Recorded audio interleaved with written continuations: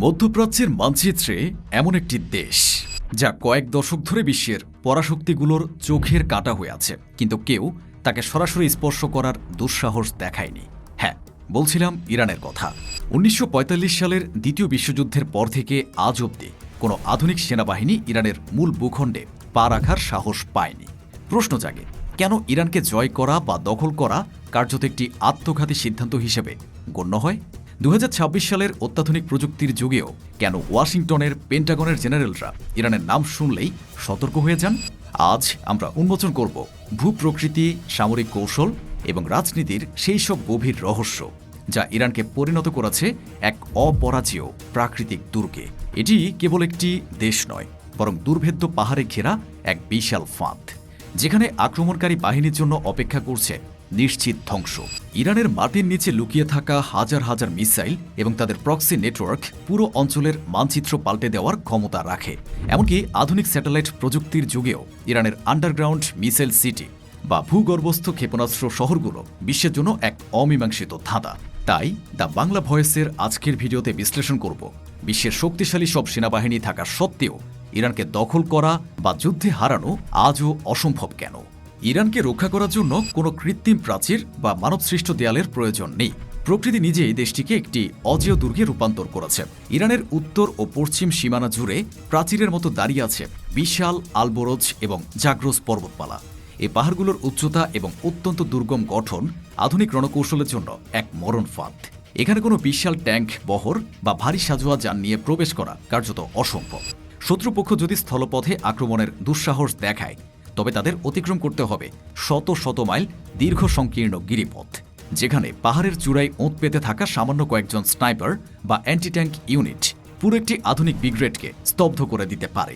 এই ভৌগোলিক বাধা কেবল আক্রমণকে ধীর করে না, বরং শত্রুর লজিস্টিক বা সাপ্লাই চেইনকেও পুরোপুরি বিচ্ছিন্ন করে দেয়। সমতলের যুদ্ধে অত্যন্ত আধুনিক সেনাবাহিনী যখন এই রুক্ষ পাহাড়ি খাঁজে আটকা পড়ে, তখন তাদের উন্নত প্রযুক্তিও প্রকৃতির এই রুদ্র রূপের কাছে নতি স্বীকার করতে বাধ্য হয়। ইতিহাস সাক্ষী দেয়, এই পাহাড়ি গিরিখাতগুলো যুগে যুগে বড় বড় সাম্রাজ্যের সমাধিস্থলে পরিণত হয়েছে। তাই কেবল আকাশপথের হামলা দিয়ে ইরানকে বশ করা অসম্ভব। আর স্থলপথে পা রাখার মানেই হল এক অন্তহীন এবং নিশ্চিত পরাজয়ের গহ্বরে ঝাঁপ দেওয়া। আবার দেশের কেন্দ্রে রয়েছে দাশত ই কাভির এবং দাশত ই লুত নামের দুটি বিশাল লবণাক্ত মরুভূমি। এই জায়গাগুলো এতটাই উত্তপ্ত এবং দুর্গম, যেখানে লজিস্টিক সাপোর্ট বা রসদ সরবরাহ করা যে কোনো আধুনিক সেনাবাহিনীর জন্য দুঃস্বপ্ন হয়ে দাঁড়াবে। অর্থাৎ বাহিরে পাহাড়ের দেয়াল আর ভেতরে মরুভূমির ফাঁদ। এই ভৌগোলিক অবস্থানে ইরানকে দখল করার পথে প্রথম এবং প্রধান বাধা।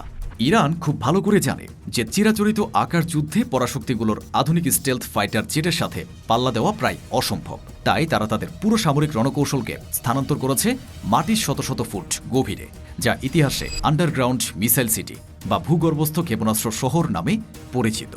পারস্য উপসাগর থেকে শুরু করে ওমান উপসাগর পর্যন্ত বিস্তৃত ইরানের রুক্ষ পাহাড়গুলোর নিচে তৈরি করা হয়েছে এই বিশাল সুড়ঙ্গ জালিকা।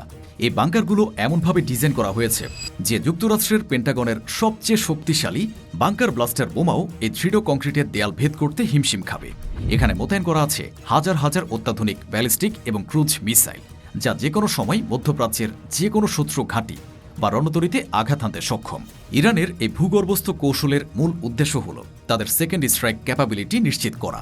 অর্থাৎ শত্রুপক্ষ যদি প্রথম দফায় আকাশপথে বড় ধরনের হামলা চালিয়ে ইরানের উপরের স্তরের সামরিক কাঠামো ধ্বংসও করে দেয়, তবুও মাটির নিচে সুরক্ষিত এই বিশাল ক্ষেপণাস্ত্র ভাণ্ডার অক্ষত থাকবে। কয়েক মিনিটের মধ্যে পাহাড়ের গোপন মুখ দিয়ে স্বয়ংক্রিয়ভাবে বেরিয়ে আসবে মিসাইল লঞ্চারগুলো, যা মুহূর্তে পাল্টা আক্রমণে শত্রু শিবিরের মানচিত্র মুছে দিতে পারে।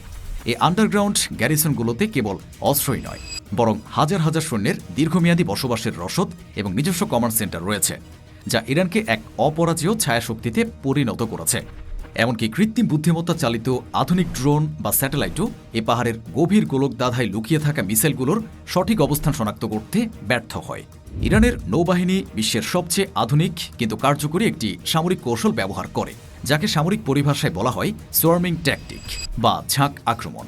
তারা প্রথাগত বড় বড় যুদ্ধজাহাজের পরিবর্তে ব্যবহার করে হাজার হাজার ছোট, অত্যন্ত দ্রুতগামী এবং রাডার ফাঁকি দিতে সক্ষম স্পিডবোট। এই বোটগুলো কেবল সাধারণ নৌযান নয়, বরং এগুলো প্রতিটি শক্তিশালী টর্পেডো, মিসাইল বা কামিকাজে সুইসাইড ড্রোন দিয়ে সজ্জিত। ওয়াশিংটনের পেন্টাগনের জেনারেলদের জন্য সবচেয়ে বড় দুশ্চিন্তার কারণ হল কোনো আধুনিক নৌশক্তির পক্ষেই একসাথে কয়েক হাজার ছোট ছোট বোটের আক্রমণ সামলানো সম্ভব নয়, যা কয়েক বিলিয়ন ডলার মূল্যের বিশাল বিমানবাহী রণতরীগুলোকে মুহূর্তেই সাগরের তলদেশে পাঠিয়ে দেওয়ার ক্ষমতা রাখে। ইরানকে আক্রমণ করা মানে কেবল একটি দেশের বিরুদ্ধে সামরিক অভিযান নয়, বরং পুরো মধ্যপ্রাচ্যকে অস্থিতিশীল করে তোলা। ইতিমধ্যে ইরান কয়েক দশক ধরে লেবাননের হিজবুল্লাহ, ইয়েমেনের হুতি এবং ইরাক সিরিয়ার বিভিন্ন মিলিশিয়া গোষ্ঠীর মাধ্যমে একটি শক্তিশালী প্রক্সি নেটওয়ার্ক গড়ে তুলেছে, যা অ্যাক্সিস অফ রেজিস্ট্যান্স মানে অক্ষশক্তি নামে পরিচিত। বর্তমানে যুক্তরাষ্ট্র ও ইসরায়েলের হামলার প্রেক্ষিতে এই গোষ্ঠীগুলো সক্রিয় হয়ে উঠেছে এবং মধ্যপ্রাচ্য জুড়ে উত্তেজনা ছড়িয়ে পড়ছে। বিভিন্ন স্থানে মার্কিন ঘাঁটি ও ইসরায়েলের স্বার্থের উপর হামলার ঝুঁকি বেড়েছে। ফলে এই সংঘাত আর শুধু ইরানের ভেতরে সীমাবদ্ধ নেই, এটি ধীরে ধীরে একটি আঞ্চলিক যুদ্ধে রূপ নিচ্ছে, যা নিয়ন্ত্রণ করা কোনো পরাশক্তির পক্ষেই সহজ নয়। সবকিছুর ঊর্ধ্বে হল ইরানের জনগণের মানসিক শক্তি। 1980-এর দশকে ইরাকের সাথে দীর্ঘ 8 বছরের যুদ্ধে ইরান প্রমাণ করেছে যে তারা রক্ত দিতে ভয় পায় না। তৎকালীন সময়ে প্রায় পুরো বিশ্ব সাদ্দাম হোসেনকে সমর্থন দিলেও ইরান একাই লড়াই করে টিকে ছিল।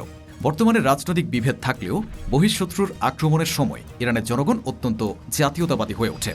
9 কোটি জনসংখ্যার একটি দেশে প্রতিটি গলি এবং প্রতিটি বাড়ি যদি প্রতিরোধের দুর্গে পরিণত হয়, তবে সেই দেশকে দখল করে শাসন করা কোনো বিদেশি শক্তির পক্ষে তাত্ত্বিকভাবেও অসম্ভব। সবশেষে বলা যায়, ইরানকে বিমান হামলা করে ক্ষতিগ্রস্ত করা হয়তো সম্ভব, কিন্তু দেশটিকে সম্পূর্ণ দখল করা বা শাসন করা বিংশ বা একবিংশ শতাব্দীর সবচেয়ে বড় সামরিক বিপর্যয় হিসেবে চিহ্নিত হবে। এর ভৌগোলিক দুর্গ, মাটির নিচের মিসাইল ভান্ডার এবং আঞ্চলিক প্রক্সি নেটওয়ার্ক ইরানকে একটি আনসিঙ্কেবল এয়ারক্রাফট ক্যারিয়ার বা অপরাজিত রণতরীতে পরিণত করেছে।